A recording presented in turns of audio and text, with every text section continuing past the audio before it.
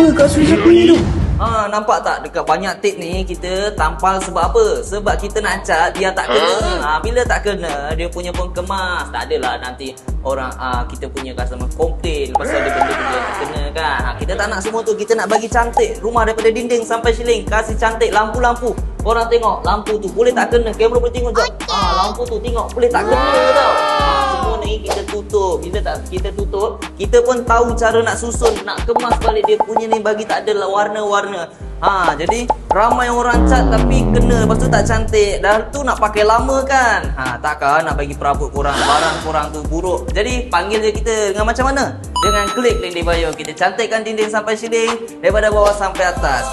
Ramai yang tanya kamu mana? Kita cover KL Selangor. Okay guys, jadi kalau nak cantikkan rumah, klik link di bio. Kita jumpa dia bila akan datang. Nak cat rumah, catrumah.my. Bye bye. Nak cat rumah, klik link di bio.